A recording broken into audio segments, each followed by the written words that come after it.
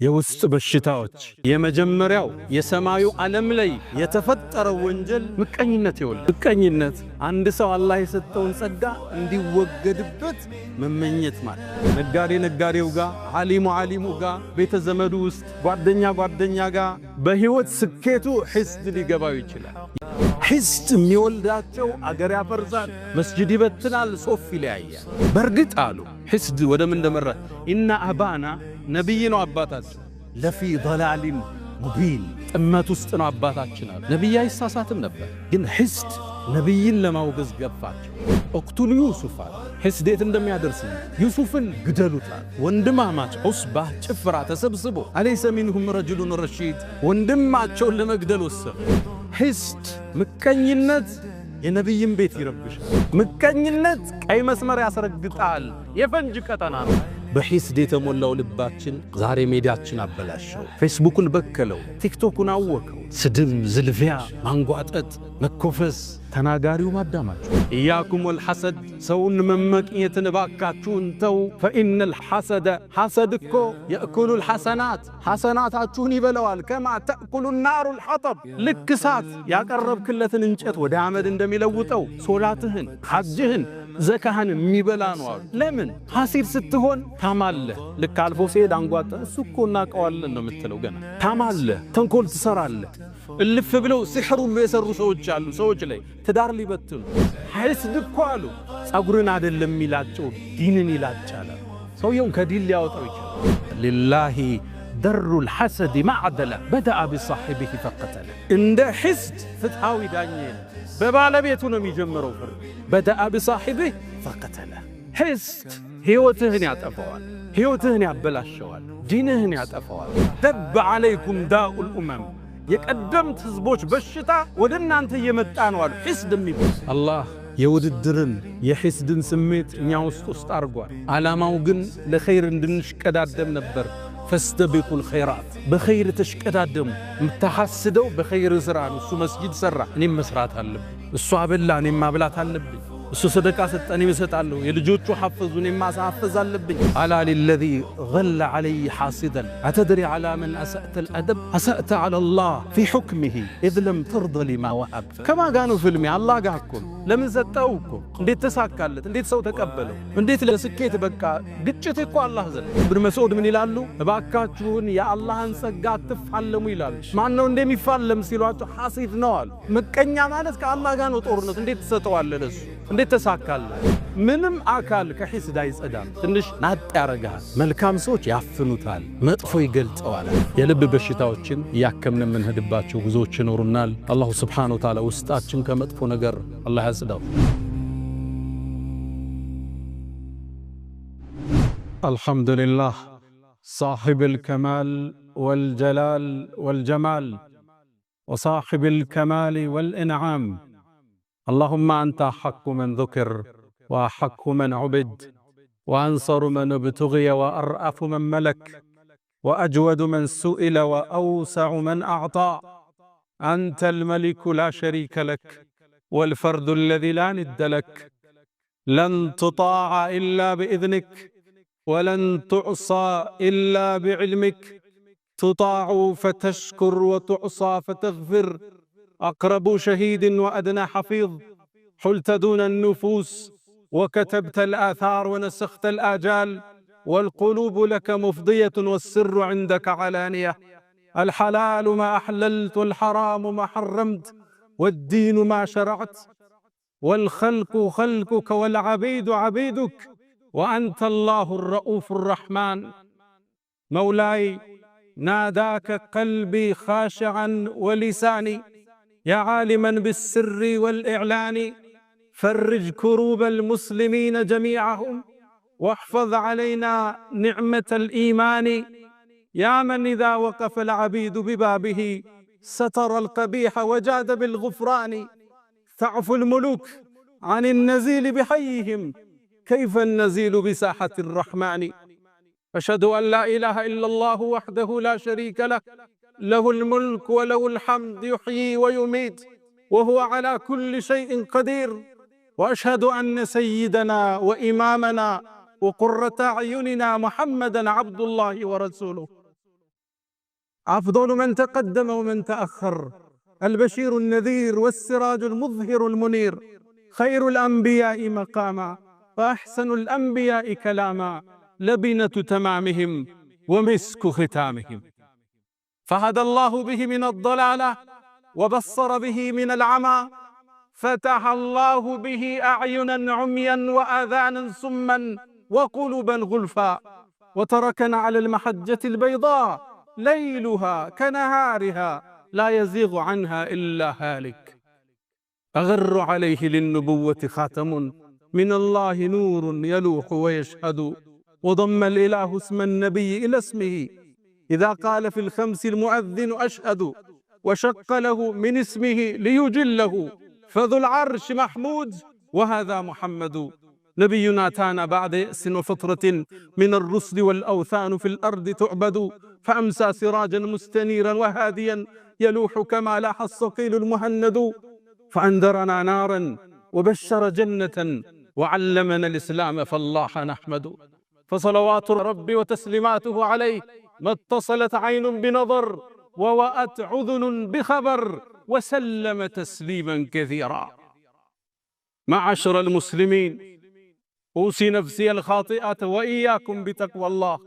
ولقد قال تعالى: ولقد وصينا الذين أوتوا الكتاب من قبلكم وإياكم أن اتقوا الله، يا أيها الذين آمنوا اتقوا الله حق تقاته ولا تموتن إلا وأنتم مسلمون.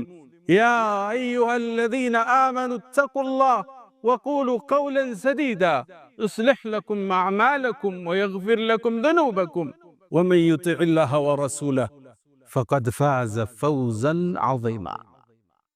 أيها المؤمنون عباد الله، إن الله جل شأنه ربط فلاح العباد بسلامة صدورهم وطهارة قلوبهم. قال جل شأنه: يوم لا ينفع مال ولا بنون إلا من أتى الله بقلب سليم.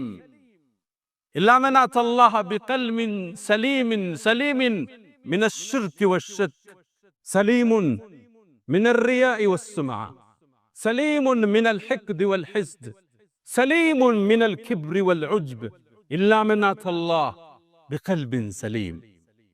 تأملوا عباد الله، والله ما قال إلا من أتى الله بعمل كثير وأجر كبير، بل قال إلا من أتى الله بقلب سليم.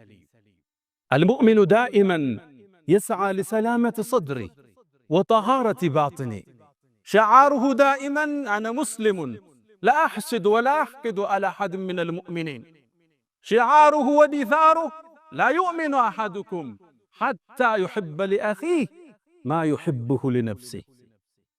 أمراض القلوب فتنت الأمة وفتكت الصفوف ومزقتنا وجعلتنا الشذر مذر. اللهم آت نفوسنا تقواها وزكها أنت خير من زكاها أنت وليها ومولاها. يا الله ባሮች ሆይ ዛሬ የአላሁ ስብሓነሁ ወተዓላ እርዳታ ከሆነ ውጫችንን ስላመሰቃቀለው የውስጥ በሽታችን እናወራለን። አምራዱል ቁሉብ፣ ውጭ ላይ የምናያቸው ክፍተቶች፣ የሰልፍ መበታተኖች፣ የሥነ ምግባር መታጣቶች የታመመ የውስጥ ነጸብራቆች ናቸው። አንዳንዴ እግራችን ላይ ቁስል ወጥቶ ህመሙ ግን የሚሰማን ጭናችን ላይ ሊሆን ይችላል። እሱ ምልክቱ መገለጫው ሲብተሙ እንጂ በሽታው ግን እግር ላይ ነው ያለው። የሥነ ምግባር መበላሸት፣ አንዱ ለአንዱ ክብርን መንሳት፣ ኩራትና መትኮፈስ፣ ይይልኝና የንዋይ ፍለጋ፣ ስልጣን ፍለጋ፣ ንዋይ ያለ ሥራ ያለ ላብ ሀብት ፍለጋ፣ ስም ማጥፋቶች፣ መዘላለፎች ምንጫቸው መሰረታቸው የተበላሸ የውስጥ ማንነት። አምራዱል ቁሉብ፣ ቀልብ ሲበላሽ አካል አብሮ ይረግፋል፣ አካል መስመር ይስታል። ነቢዩና መሐመድ ዓለይሂ ሰላቱ ወሰላም ውብ በሆነው ንግግራቸው ውስጥ አዋጅ ለዚህ ኡመት ያውጃል። የመልእክተኛውን አዋጅ ለመስማት ዝግጁ ናችሁ? አላ አዋጅ አሉ። ወኢነ ፊል ጀሰዲ ሙድገተን፣ በአንድ ሰው አካል ውስጥ አንዲት ቁራጭ ስጋ አለች። ኢዛ ሰለሐት እሷ ከተስተካከለች ከጸዳች ካማረች ሰለሐል ጀሰድ ኩሉ አካል ይስተካከላል። አፍ የሚናገረውን ይመጥናል፣ ብዕር የሚጽፈውን ያስተውላል፣ እግር የሚራመድበትን ያስተውላል፣ እጅ ሌላውን አልፎ አይጎዳም፣ ሌላው ላይ አይጽፍም፣ ሌላውን አይተችም። ኢዛ ሰለሐት እሷ ከተስተካከለች አካል ይስተካከላል። ወኢዛ ፈሰደት እሷ መስመር ከሳተች ሐዲዱን ከለቀቀች አካል በአጠቃላይ ይሳሳታል፣ አቅጣጫ ይስታላል። ማነች እቺ? በጉጉት አስጠበቁንና አላ አዋጅ አሉ። ወህየል ቀልብ እሷ ቀልብ ትባላለች። ይህ የመልእክተኛው አዋጅ ነው። ነገሥታቶች ሁሌም አዋጅ ይላሉ። የነገሥታቶቹ ሁሉ አናጅ ነቢዩ መሐመድ ዓለይሂ ሰላቱ ወሰላም ለዚህ ኡማ አዋጅ ይላሉ። አላ አዋጅ ወኢነ ይሄ ተውኪድ እንለዋለን። ኢንፋሲስ ሰጡት፣ አጠነከሩት። ምንድነው? ትኩረት ሊስቡ ነው። አተሙበት። አካል ውስጥ ቆራጣ ስጋለች። እሷ ከተስተካከለች አካል ይስተካከላል። ያልተስተካከለው ቀልባችን አካላችን ይዞ ተወረደ። ለመለያየታችን መነሻም መድረሻም እሱ ሆነ። ለመጠፋፋታችን መሰረት እሱ ሆኖ አለፈ። የውስጥ በሽታ ማከም በዚህ ኡማ ላይ ያስተዋለው ክፍተትን ልብ አልነ ታዘብነ ብለን ነበር ባለፈው። አሁን ዳግም ታዘብነ። ከዛ በኋላ ለካ ብዙ ነገር መስመር ተስቷል። ለካ ብዙ ነገር አቅጣጫ ተለቋል። ተናጋሪው ማዳማቸው የውስጥ ሕክምና በተቅዋ ውስጥ ማነጽ ቀልብ ካለባት በሽታ ከኩራት ከመኮፈስ ከዩልኝ ከስሙልኝ ከሂስድ ከሂቅድ ከነዚህ ሁሉ ካላጠራ ነው የኛ ሰልፍ ህያው አይሆን። ዛሬ ታዲያ ምን ጀምረው ከቀልብ በሽታ ዋና በሆነው እንጀምራለን። ሂስድ በመንለው ሂስድ ምቀኝነት አንድ ሰው አላህ የሰጠውን ጸጋ እንዲወገድበት መመኘት ማለት። ይሄ በሁሉም የህይወት እርከን ውስጥ አለ። ነጋዴ ነጋዴው ጋር፣ ዓሊሙ ዓሊሙ ጋር፣ ቤተ ዘመዱ ውስጥ፣ ጓደኛ ጓደኛ ጋር፣ ወይ በዘሩ ወይ በሥራው ስኬቱ ወይም በውበቷ ወይ ስኬታማ በሆነው ትዳሩ ወይ በሚያምሩ ልጆቹ በህይወት ስኬቱ ሂስድ ሊገባው ይችላል። ይሄ እንድንጀምር ያስገደደን ሰማይ ላይ ወንጀል ሲጀመር በዚህ ስለተጀመረ። አደምን አላህ ሲፈጥረው አለይሂ ሰላም ገና ተክለ ቁመናውን አቁሞት በጣም በሚያምር ተክለ ቁመና ሲያስተካክለው ተወው አላህ አቁሞ ሸይጣን መጣ ይላሉ ነብዩ አለይሂ ሰላቱ ወሰለም። አደምን አካሉን ይዞረው ጀመረ። በውስጥ ይገባል፣ በውጭ ይወጣል፣ ያስተውለዋል። አንተ እኮ ለወደፊት በእኔ ላይ ከተሾምክ ጉድ ነው ምሰራህ ይል ነበር ሸይጣን። ታዲያም የውሳኔው ቀን ደረሰ። መላእክት ተሰለፉ። አደም ፊት ለፊት ተቀመጠ። አላህ አዋጅ አለ። እኔ አደምን አስተካክየው ሩህ ስነፋበት ፈቃዑ ለሁ ሳጅዲን አላቸው። ሰጋጆች ስትሆኑ ውደቁ አላቸው። አንዱ ብቻ አመፀ፣ ኢብሊስ አመፀ። አላህም ጠየቀው ለምን እንዳልሰገደ። خلقتني من نار وخلقته من طين እሱን ከጭቃ እኔን ከሳት ፈጥረ እንዴት ለሱ ሰግዳለሁ አለ። ያኔም ከአላህ እዝነት ተቋረጠ፣ ከአላህም ረሕመት ተበተነ። የመጀመሪያው የሰማዩ ዓለም ላይ የተፈጠረው ወንጀል ሂስድ የወለደው ምቀኝነት የወለደው። ምቀኝነት ታሪኩ ሰፊ ነው። ከሰማይ ነው የሚጀምረው። እሱ የመጀመሪያ ምድር ላይ የተሰራው ወንጀል ምቀኝነት የወለደው ነው። አባታችን አደም አለይሂ ሰላም ምድር ወረደ። ሁለት ልጆች ነበሩት፣ ሃቢል ቃቢል የሚባሉ። ሃቢል አርብቶ አደር ነው። ቃቢል ገበሬ ነው። እሱ ደግሞ አርሶ አደር ነው። አዝርዕቶች ማሳዎች አሉት። አላህ ትእዛዝ ላከ ለአላህ ሰደቃ ስጡ ብሎ። ሃቢል ምርጧን እንስሳ ይዞ አቀረበ፣ ለአላህ ቁርባን አቀረበ። ቃቢል ደግሞ የደረቀውን የገረጣውን አትክልት ይዞ መጣና ለአላህ ሰደቃ አቀረበ። ያኔ በዛን ዘመን አላህ ሲቀበልህ የምታቀው ከሰማይ ሳት መጣ፣ አንተ ያቀረብከውን ትበለዋለች። ታዲያ አላህ ጥሩ ያቀረበውን ሃቢልን ተቀበለው። ሳትም ላከና የሱ ተበላች።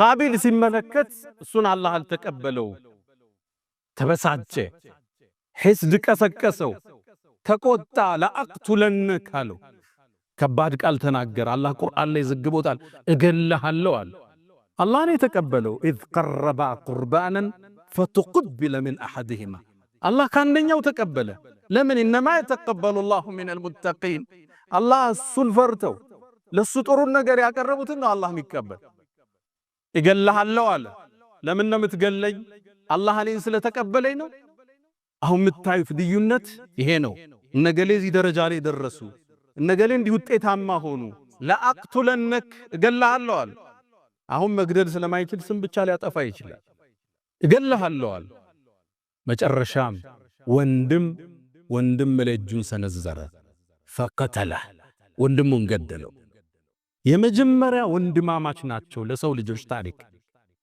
ገዳዩ ቃቢል ይባላል ብዙ ጊዜ ቃቢልና ቃቢል ሰው ይምታታል ቃቢል ቃፍ አለች ቃቲል በሚለው ያዙት ገዳይ እሱ ነበር ሀቢል ተገዳይ የመጀመሪያ ወንጀል ምድር ላይ ሒስድ የወለደው የወንድምንም ደም የማፍሰስ ክስተት ተከሰተ ለዚህም ነው በዚህ ርዕስ የጀመርነው ተከታታይ ርዕሶች ይኖሩናል ውስጣችን በሽታዎቻችን ያወጣ እንዴት እንከም ብለን የመጀመሪያው ሒስድ ማንንም የማይድንበት የበሽታዎች ሁሉ ምንጭ ፖለቲካው ላይ የምታዩት ስንክሳር አብዛኛው ሒስድ የወለደው ሊሆን ይችላል ሒስድ የሚወልዳቸው አገር ያፈርሳል መስጂድ ይበትናል ሶፍ ይለያያል ሒስድ አላህ ይጠብቃል አላህ ውስጣችን ያጽዳው እንኳን ለኛ ለነብያት ልጆች ሒስድ አልተመለሰም ነብዩላህ ዩሱፍ አለይሂ ሰላም አባታቸው ነብይ ነው አያታቸው ነብይ ነው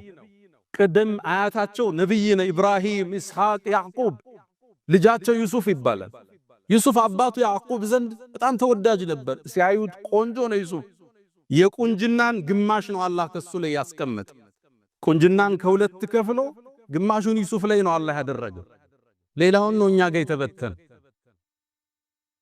أنبت إذ قالوا ليوسف وأخوه أحب إلى أبينا منا ونحن عصبة نيابو شفروتشونا نيالن يوسفنا وندمو أباتا جسزن بتعم تودد السال برقت قالوا حسد ودمن دمرة إن أبانا نبينا أباتا لفي ضلال مبين أما تستنوا أباتا شنال نبيا يساساتم نبا جن حسد نبيين لما وقز قفاتشو ታዲያ ምን ያደርጉ አንድን ሴራ ዘይየዱ እቅቱሉ ዩሱፋን ሒስድ እንደሚያደርስ ዩሱፍን ግደሉታል ወንድማማች ዑስባ ጭፍራ ተሰብስቦ አለይሰ ሚንሁም ረጁሉን ረሺድ ወንድማቸውን ለመግደል ወሰኑ ለመግደልም ሲወስኑ አንድ ከነሱ ጋር ትንሽ ሚሻለው ግዴለም ጉድጓድ ውስጥ ጨምሩት አልፎ ሐጆቹ ሐሊቀዱ ሲሉ ይዞት ይሄዳሉ አለ ይሄም ሌላ ገደላ ነበር ጉድጓድ ውስጥ ጨምረው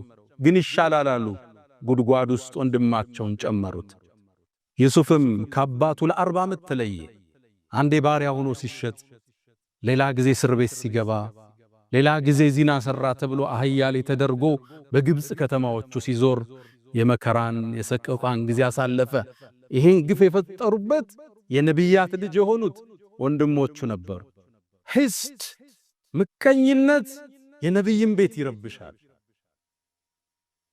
አባታቸውን አመጹ አላህንም አስቆጡ ወንድማቸውን ለሰቆቃ ዳረጉት ሒስድ አቡ ጀህልን እስልምናን ከመቀበል ያገደው ምቀኝነት ነብዩ አለይሂ ሰላቱ ወሰላም እውነተኛ መሆናቸውን አቡ ጀህል ያቃል ረሱል አለይሂ ሰላቱ ወሰላም ለሊት ተነስተው ሶላት ቁርአናቸው ድምጻቸው ማራኪ ነው ሲቀሩ አቡ ጀህል በለሊት መጥቶ ያዳምጣቸው ነበር እውነተኛ መሆናቸውን ጠንቅቆ ያቅ ነበር አቡ ጀህል አንዴ በለሊት ወጥቶ ሲሄድ ቁረይሾች አዩት የቁረይሽ ያን ያደረጃጅ አንድ ንጉስ የለም በርካታ ንጉሶች ነው ያሉበት በአንድ ላይ በህብረት ነው የሚመሩት ቤተሰብ ሁሉም አላቸው ዘሮች ያዙት አንተ አቡ ጀህል በለሊት እየመጣ መሐመድን ለምን የምታዳምጥ አሁንም ድንገት ያልፋቸዋል መጨረሻ ያዙትና አቡ ጀህል ወይ እውነታውን ንገረን አሉት ስሙ ያኔ አበል ሐከም ይባላል የጥበብ አባት ነበር የሚባል እስልምናን